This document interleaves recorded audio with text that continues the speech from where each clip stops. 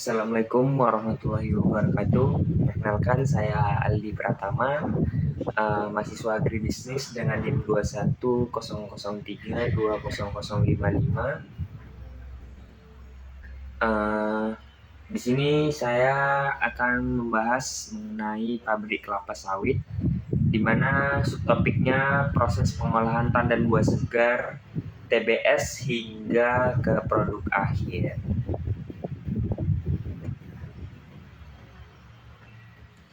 Baik, di sini tanpa memperpanjang perkenalan, di sini saya akan menjelaskan mengenai proses pengolahan pada TBS. Baik, pengolahan tandan buah segar atau TBS di pabrik kelapa sawit dimaksudkan untuk memperoleh minyak sawit atau yang sering kita dengar CPO dari daging buah dan inti sawit dari biji. Nah, untuk mendapatkan kualitas atau mutu minyak yang baik bermula dari lapangan, sedangkan proses pengolahan di pabrik hanya dapat menekan sekecil mungkin perubahan atau penurunan kualitas dan kehilangan selama proses. Pabrik tidak dapat memproduksi minyak lebih dari apa yang dikandung TBS. Mutu dari resimen hasil olahan sangat dipengaruhi oleh fraksi panen atau tingkat kematangan. Nah, kegiatan pengutipan brondolon dan perlakuan terhadap TBS. Perlakuan TBS mulai dari panen, transport, dan proses pengolahan di pabrik akan menentukan kuantitas dan kualitas minyak yang dihasilkan.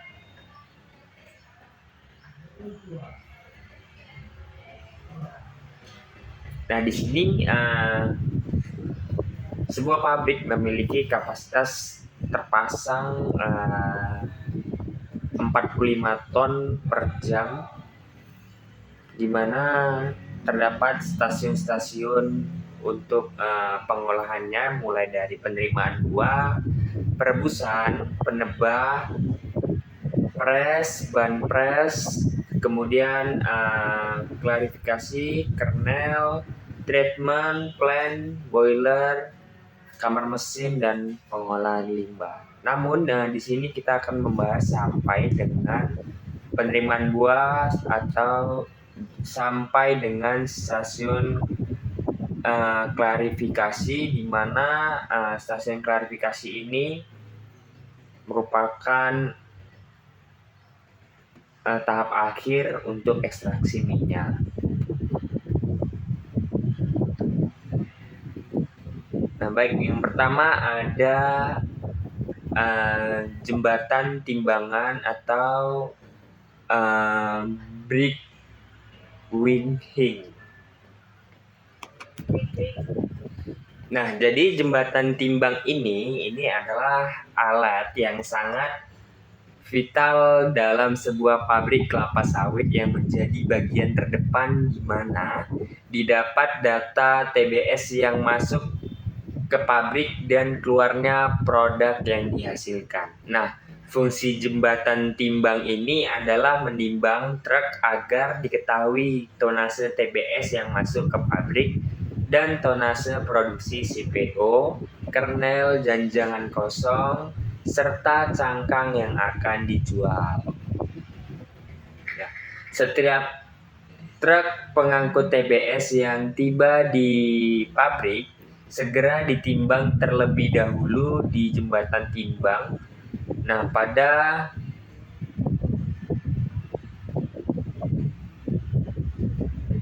pabrik biasanya menggunakan sistem LAN atau Local Area Network, sehingga hasil penimbangan dapat langsung diantar ke kantor KTU dan bagian-bagian lain yang berkaitan dengan timbangan.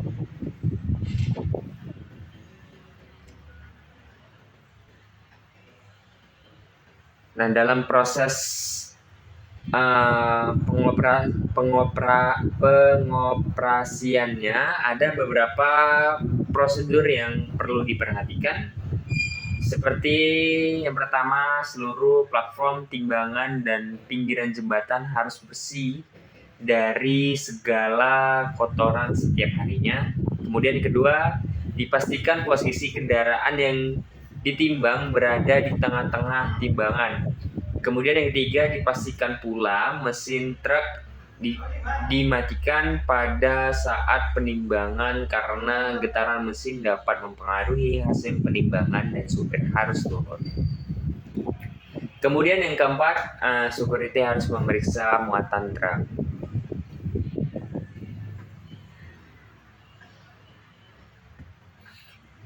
Kemudian setelah jembatan timbang, di sini ada bahan baku.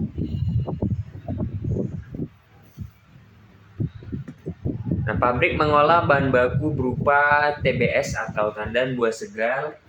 Ini berasal dari kebun sendiri. Nah, atau bisa juga kebun plasma dan TBS pembelian.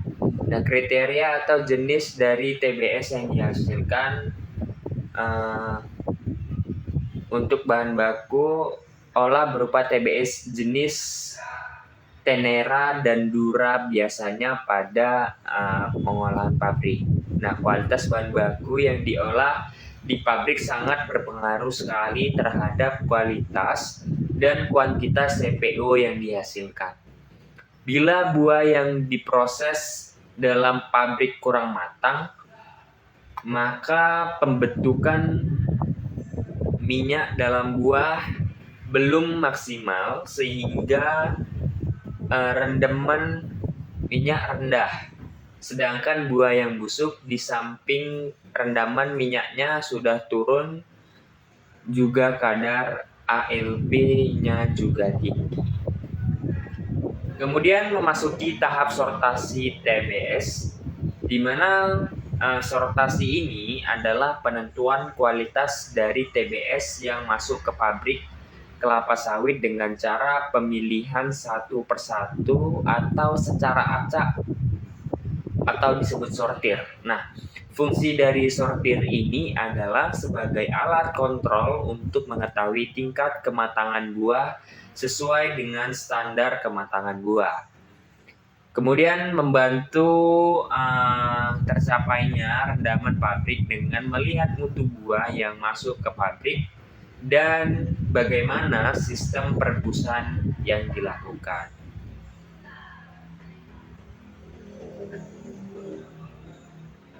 Kemudian fungsinya menyortir buah yang di luar kriteria.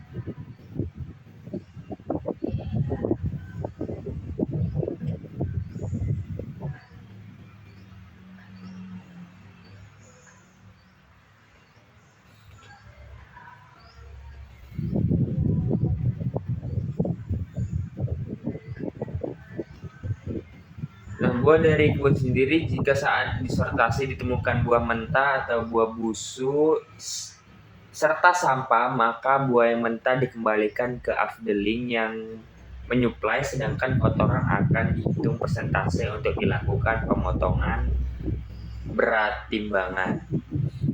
Nah, untuk buah dari pembelian tandan kosong, buah busuk dan buah sakit dipisahkan dan dimasukkan kembali ke truk untuk ditimbang kembali sebagai tara.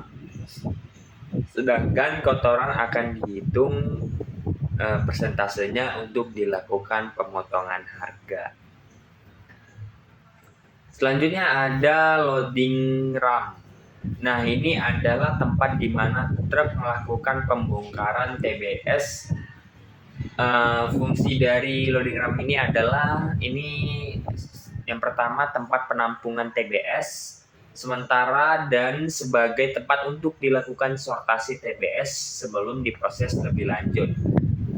Kemudian sebagai tempat untuk mengurangi kadar kotoran pada TBS. Kemudian sebagai tempat penuangan TBS ke dalam lori. Kemudian untuk menjamin kontinuitas pengolahan pada loading ram menggunakan sistem FIFO. Nah, desain lantai loading ram yaitu memiliki kisi-kisi yang berfungsi untuk membuang pasir atau kotoran yang terikut pada TBS, sehingga memperkecil kadar kotoran yang terikut pada proses pengolahan selanjutnya. Di pabrik terdapat satu unit loading ram yang memiliki 20 pintu nomor 1 sampai 10 digunakan untuk TBS pembelian dari pihak ketiga, sedangkan pintu ke-11 sampai pintu 20 digunakan untuk TBS kebun sendiri dan plasma. Namun tidak semua pabrik memiliki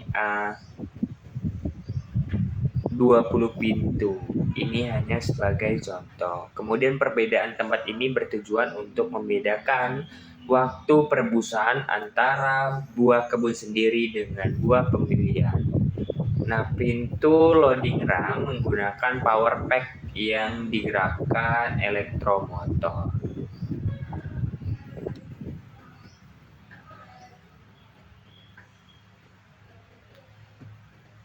Hal-hal yang perlu diperhatikan pada loading ram, ini lantai dibuat miring dengan kemiringan 27 derajat dan berkisi-kisi. Kemudian kebersihan lantai loading ram, kemudian pengutipan brondolan yang tercecer di lantai dan parit pembuangan kotoran. Kemudian dalam hal tandan, buah maupun brondolan terpaksa dituang di atas pelataran, harus dihindari agar tidak tergilas oleh kendaraan atau loader. Nah, pada stasiun loading ram ini terdapat beberapa alat pendukung, yaitu yang pertama ada lori TBS. Nah, lori ini alat untuk mengangkut TBS dari loading ram menuju rebusan. Nah, lori juga Baik, di sini saya akan ulangi mengenai tentang lori TBS. Nah, jadi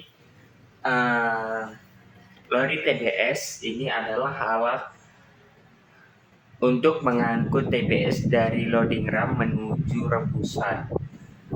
Lori juga sebagai wadah untuk merebus TBS di sterilizer. Nah, jumlah lori yang mencakupi merupakan persyaratan yang harus dipenuhi agar kapasitas rebusan tercapai. Nah, lori yang digunakan biasanya berkapasitas 4,5 ton. Nah, faktor-faktor yang perlu diperhatikan dari lori untuk mencapai kinerja yang optimal adalah pertama, pengisian lori dilakukan secara optimal agar mencapai kapasitas. Kemudian, dudukan lori harus tepat di atas rel agar tidak terpleset dan jatuh.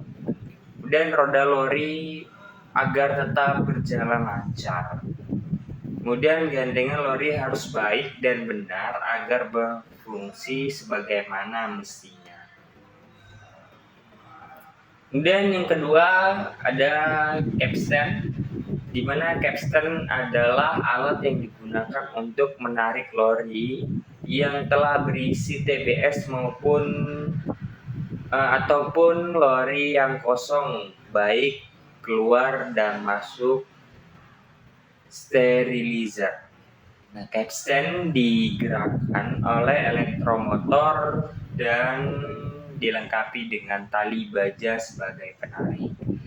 Kemudian ada bola capstan. Nah, ini berfungsi untuk memandu atau mengarahkan tali baja bila akan menarik atau memasukkan lori ke salah satu jalur rel track sterilizer yang diinginkan dan juga untuk mempermudah kerja dari capstan. Kemudian yang keempat ada transfer, carriage, dan mobile cantilever. Nah, transfer carriage ini adalah alat yang digunakan untuk memindahkan lori yang telah berisi TBS dari loading camp untuk dipindahkan ke jalur rel rebusan dan juga untuk memindahkan lori yang keluar dari rebusan menuju ke rel tipler. Nah, mobile cantilever ini adalah alat yang berupa rel yang bergerak maju dan mundur. Mobil cantilever ini berfungsi sebagai jembatan bagi lori untuk masuk ke dalam rebusan.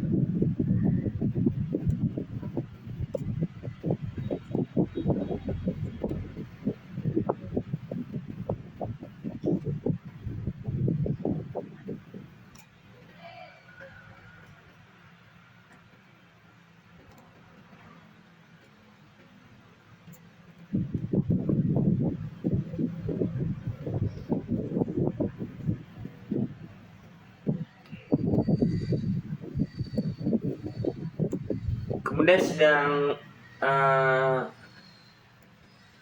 setelah memasuki loading rem, kita akan memasuki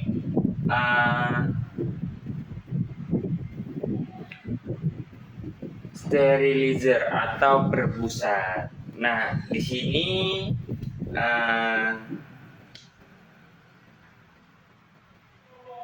di sterilizer ini adalah suatu bejana bertekanan yang digunakan untuk perebusan atau kematangan TBS dengan menggunakan uap yang dikirim dari BPV.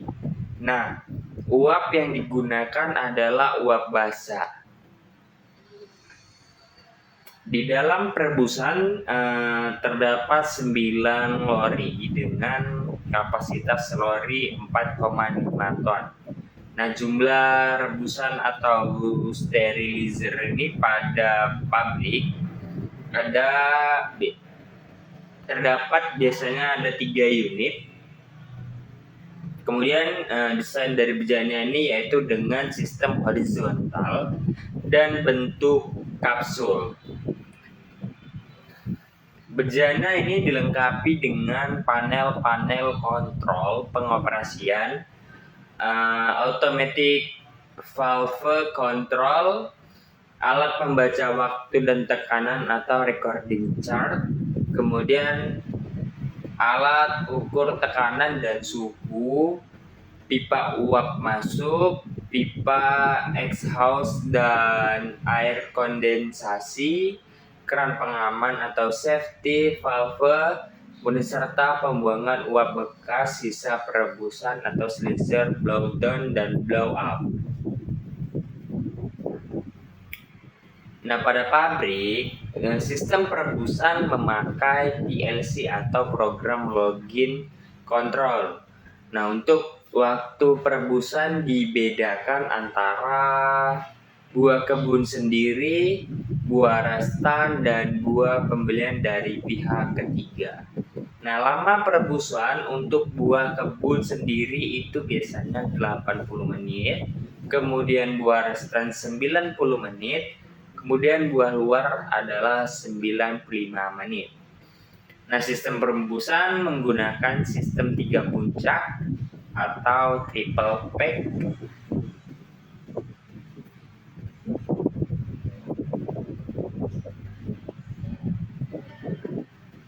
Nah, tujuan dari perebusan ini adalah yang pertama memperlambat perkembangan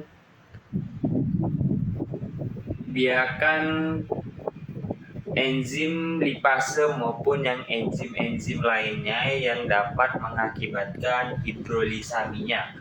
Kemudian yang kedua untuk membantu proses pelepasan brondolan dari spiklet yang akan mempermudah proses pemipilan.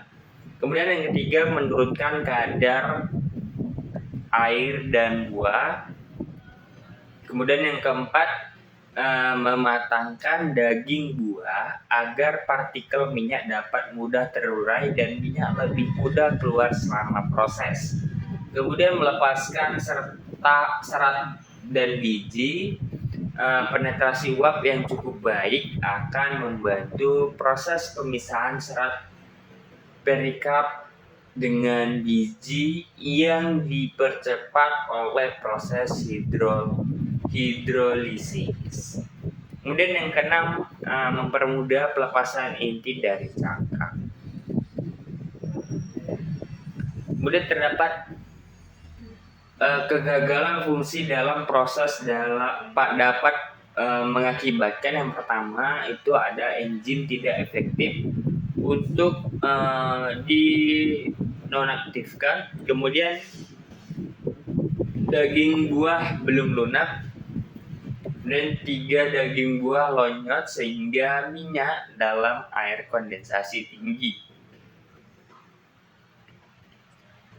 Kemudian yang 4, brondolan tidak terpipil dalam tracer atau unstriped buns. Kemudian waktu perebusan tidak kontinu. Kemudian yang keenam, siklus perebusan tidak lancar. Nah, jenis yang mempengaruhi kegagalan dalam proses yang pertama pada perebusan ini adalah temperatur terlalu cepat, kemudian kurangnya uap masuk, kurangnya waktu perebusan, uap masuk terlalu tinggi, waktu perebusan terlalu lama, kemudian prosedur perebusan tidak dijalankan dengan benar, kontrol gravity control tidak digunakan dengan baik, kemudian operator tidak disiplin. Untuk mendapatkan hasil yang bagus sesuai dengan prosedur, perebusan harus dijalankan dengan baik tanpa melanggar dari sistem perebusan. Untuk itu harus diperhatikan beberapa faktor dalam perebusan. Yang pertama, pembuangan udara. Udara dalam perebusan harus dibuang karena udara adalah penghantar panas yang buruk. Udara merupakan penghantar panas yang lambat dan berpengaruh negatif terhadap proses perebusan.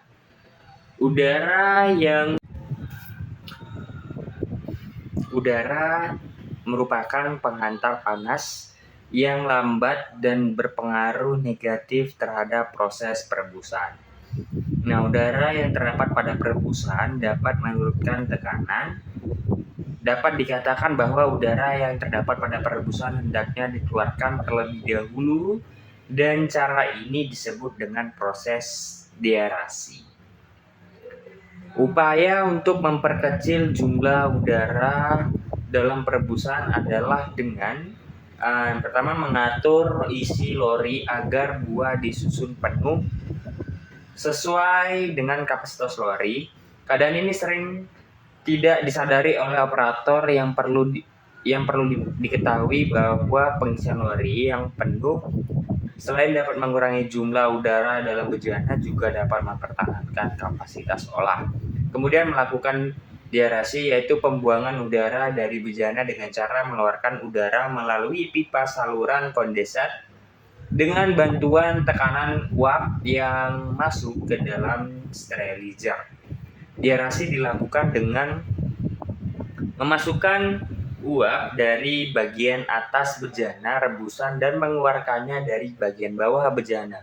Pembuangan udara yang terlalu cepat dapat menyebabkan terjadinya turbulence uap, yaitu pencampuran antara udara dengan uap yang menyebabkan kebutuhan waktu deaerasi yang lebih lama.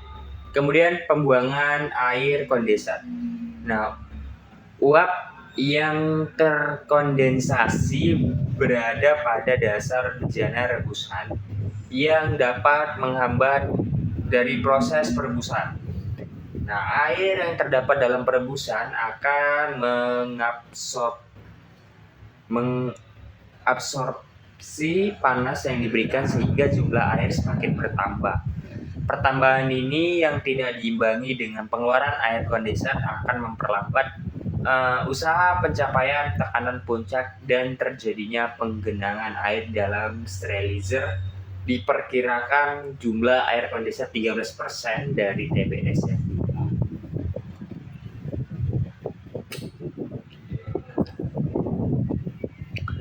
Kemudian pembuangan uap. Nah, pembuangan uap dilakukan sesuai dengan sistem perebusan. Uap yang dibuang melalui cerobong pada bagian atas dengan pipa yang berukuran 8 inch. Pada umumnya, ukuran pipa pembuangan uap lebih besar dari pipa uap masuk sehingga pembuangan uap dapat terlaksana dengan cepat. Pembuangan uap sebelum akhir dari perebusan pada double peak dan triple peak dilakukan bersamaan dengan pembuangan air kondensat. Hal ini bertujuan agar penurunan tekanan dapat berlangsung dengan cepat. Pada akhirnya, perebusan melakukan pembuangan air kondensat terlebih dahulu, baru melakukan pembuangan uap atau blow up. Nah, hal ini bertujuan agar buah yang direbus dalam keadaan kering. Kemudian waktu perebusan, apabila waktu perebusan terlalu lama, maka akan membuat buah menjadi rusak. Akan banyak minyak keluar dari buah dan terikut dari kondensat dan akan menyebabkan banyak losses di air kondensat. Hubungan waktu perebusan dengan efisiensi interaksi minyak adalah semakin lama waktu perebusan buah, maka jumlah buah yang terpipil semakin tinggi dan persentase tandan yang tidak terpipil semakin rendah. Kemudian semakin lama waktu perebusan buah, maka biji semakin masak dan menghasilkan biji yang lebih mudah pecah dan sifat lekang. Kemudian semakin lama waktu perebusan buah, maka kehilangan losses minyak dalam air kondensat semakin tinggi. Kemudian semakin lama waktu perebusan buah, maka kandungan minyak dalam tandan kosong semakin tinggi, yaitu terjadinya penyerapan minyak oleh tandan kosong akibat terdapatnya rongga-rongga kosong. Kemudian semakin lamanya perebusan ini, maka mutu minyak sawit akan semakin menurun yang dapat diketahui dengan penurunan nilai Dobie atau Deterioration of Bleachability Index. Nah, penyaluran uap masuk dan keluar selama proses perebusan dapat dilakukan dengan dua metode, yaitu manual dan otomatisasi. Nah, cara pengoperasian perebusan ini yang pertama, tekanan uap 2,8 sampai 3 kilo per centimeter kuadrat dan temperaturnya 120 sampai 130 derajat Celcius. Kemudian waktu perebusan 90 sampai dengan 95 menit. Waktu untuk perebusan buah pembelian pihak ketiga. Kemudian selanjutnya keran exhaust dalam keadaan tertutup. Keran kondensat dibuka, lalu keran steam dibuka selama 1 menit. Fungsinya untuk mengeluarkan udara yang berada dalam rebusan atau diaerasi. Selanjutnya, tutup kembali keran kondensat dan naikkan tekanan mencapai 1,5 kilo per centimeter kuadrat selama 10 menit. Setelah tekanan tercapai, tutup keran uap masuk. Buka keran kondensat selama 1,5 menit, baru buka keran exhaust selama 1,5 menit sehingga tekanan menjadi 0. Tutup kembali keran kondensat dan exhaust. Kemudian selanjutnya buka keran uap masuk sehingga tekanan menjadi 2 kilo per centimeter kuadrat selama 11 menit. Kemudian tutup keran uap masuk. Buka keran kondensat selama 1 menit, kemudian buka keran exhaust selama 1 menit sehingga tekanan menjadi 0. Kemudian tutup kembali keran exhaust dan keran kondensat. Selanjutnya buka keran uap uap masuk selama 18 menit sehingga tekanan mencapai 2,8 sampai 3 kilogram per sentimeter kuadrat. Nah, setelah tekanan tercapai, tutup keran uap masuk dan aliran-aliran uap masuk ke perebusan. Dengan cara yang sama selama masa tahan 40 sampai dengan 45 menit, perhatikan tekanan 2,8 sampai dengan 3 kilogram sentimeter kuadrat dan temperatur 130 derajat Celcius.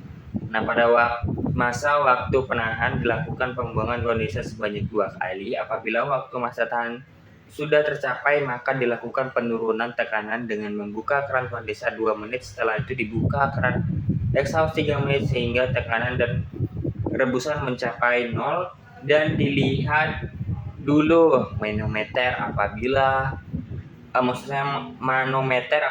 ingin membuka pintu rebusan. Kemudian pada puncak ketiga dilakukan penahanan selama 40 sampai dengan 45 menit.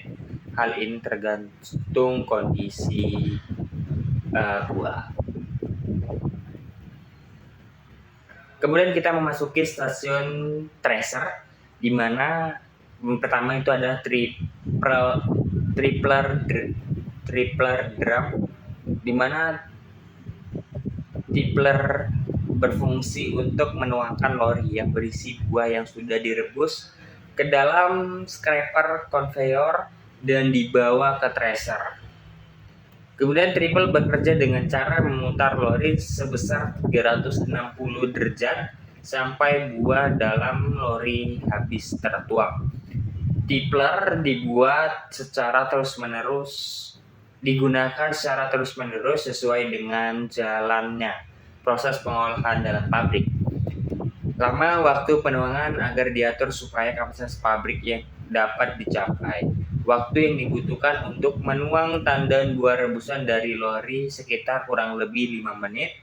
Kemudian volume buah yang dituang ke feed bunch conveyor harus diatur agar buah yang masuk ke tracer dapat merata dan memenuhi kapasitas dari tracer. Kemudian selanjutnya ada feed bunch conveyor. Nah, ini berfungsi untuk membawa buah rebusan menuju ke drum tracer untuk dilakukan proses pemikilan.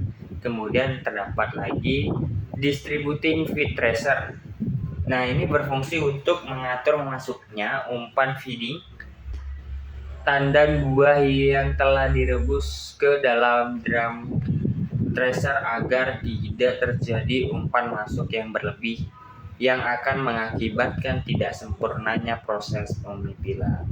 Kemudian penebahan atau tracer. Nah, ini berfungsi untuk memisahkan brondolan dari janjangan dengan cara mengangkat dan membanting serta mendorong atau membawa jangan keluar. Dengan putaran drum tracer 23 rpm, brondolan akan terpisah dengan janjangan akibat dibanting dan jatuh kembali lalu dibanting kembali dan jatuh. Tracer terdiri dari sebuah drum yang sisinya berbentuk kisi-kisi dengan jarak tertentu yang berfungsi agar brondolan yang terpipil jatuh ke bawah dan dilengkapi dengan sirip atau skat yang berfungsi untuk penghadang tandan buah agar terjadinya pengangkatan dan pembantingan serta pengarahan janjangan dan membawa ke ujung drum. Brondolan yang terpisah akan masuk pada lubang tersebut dan akan jatuh ke conveyor under tracer menuju ke bottom cross conveyor dan selanjutnya brondolan diangkut oleh fluid elevator untuk diolah lebih lanjut ke stasiun pengempaan.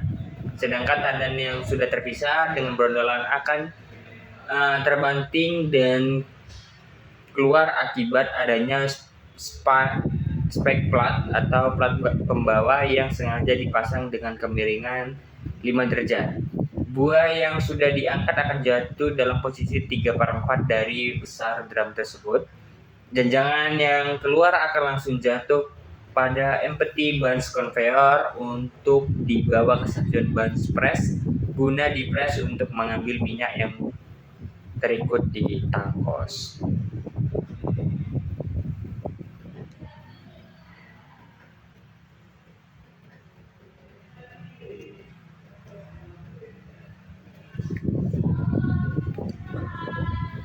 Kemudian ada empty bunch conveyor dan inclined empty bunch conveyor.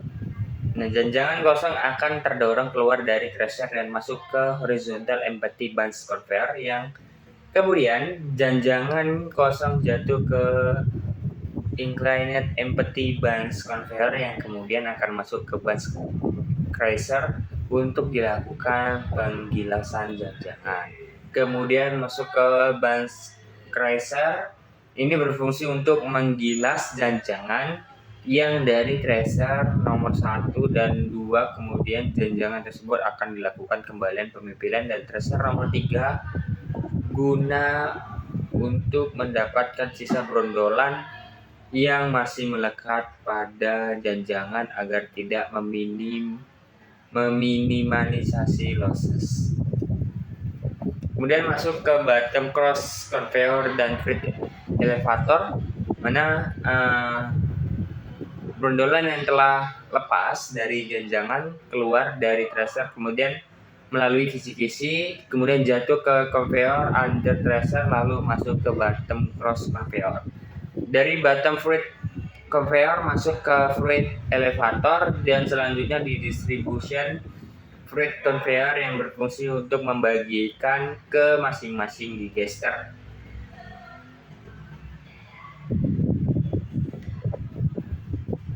Kemudian memasuki stasiun bunch press, di mana pada stasiun bunch press ini terdapat bunch press, kemudian CST bunch press, incinerator, kemudian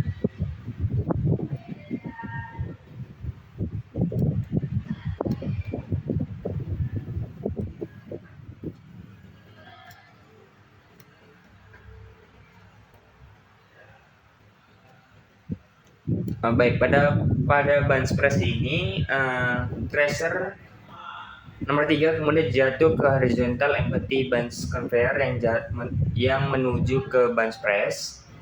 Nah, jadi bunch press ini berfungsi untuk memeras janjangan kosong yang masih mengandung minyak. Nah, hasil presan dari bunch press yang berupa crude oil dialirkan ke vibrating, kemudian hasil penyaringan ditampung ke COT bunch press. Pada COT bunch press dilakukan penggendapan crude oil yang dilakukan akan dipompa ke CST bunch press. Nah, jangan sudah dipres akan dibawa ke insinerator untuk dibakar.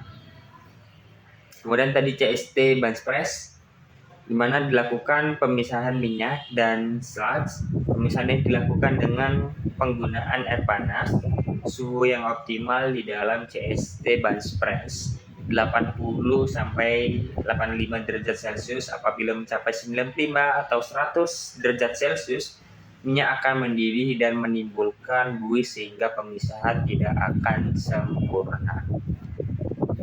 Kemudian masuk ke incinerator, di mana ini berfungsi untuk membakar janjangan kosong.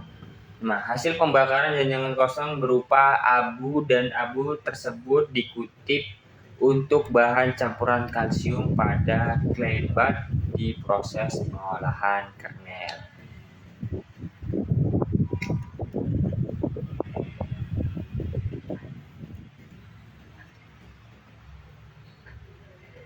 Dan memasuki digester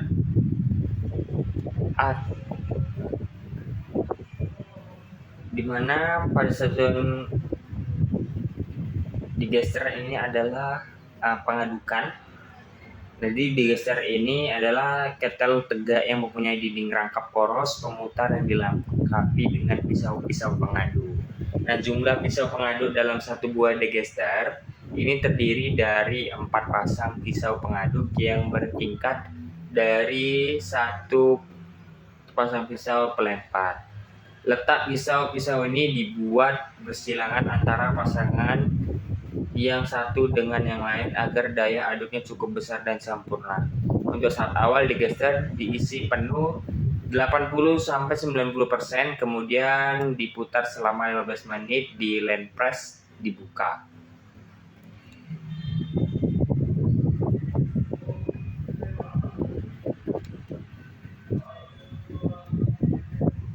Kemudian pengempaan atau scram press ini berfungsi untuk mengeluarkan minyak dari daging buah dengan cara pengepres.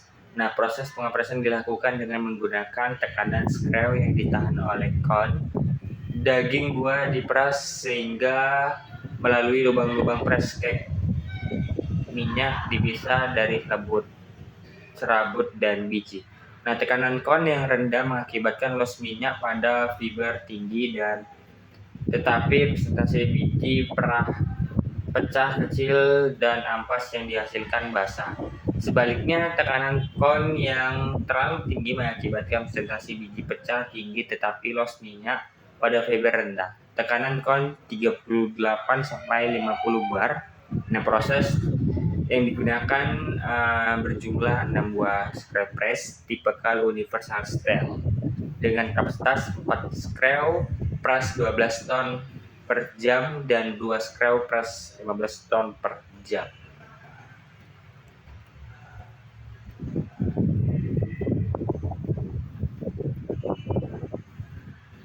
Kemudian masuk pada crude oil gutter, di mana ini berfungsi untuk menampung minyak kasar dari hasil pengempaan di mesin press dan sebagai alat untuk mengalirkan minyak kasar ke centering tank. Kemudian masukilah proses pemurnian minyak atau klarifikasi. Nah, proses pemurnian minyak yang keluar dari screw press masih mengandung kotoran-kotoran pasir, cairan, dan benda-benda kasar lainnya. Oleh karena itu, perlu dilakukan pemurnian minyak untuk mengurangi kandungan yang tidak diharapkan sesuai dengan norma yang ditetapkan. Nah, stasiun pemurnian minyak berfungsi untuk memisahkan minyak dengan kotoran serta unsur-unsur yang mengurangi kualitas minyak dan mengupayakan agar kehilangan minyak seminimal mungkin. Proses pemisahan ini dilakukan untuk memisahkan minyak, air dari kotoran, serta pasir dan lumpur dengan sistem sentrifusi dan pengendapan. Di mana pada proses ini melewati beberapa tahap. Yang pertama ada central tank, kemudian vibrating screen, kemudian crude oil tank, vertical clarifying tank,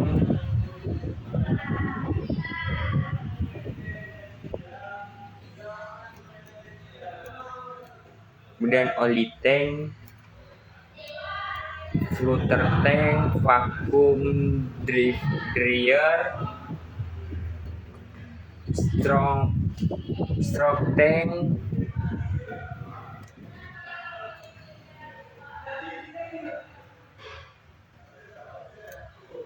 baik yang tadi terakhir adalah stop tank, dan kemudian nanti masuk lagi proses stasiun pengolahan selanjutnya. Nah, mungkin begitu saja penjelasan mengenai pengolahan pabrik pada kelapa sawit sampai pada tahap ekstraksi minyak dan klasifikasi. Mungkin penjelasannya dari situ. Saya akhiri video ini. Assalamualaikum warahmatullahi wabarakatuh.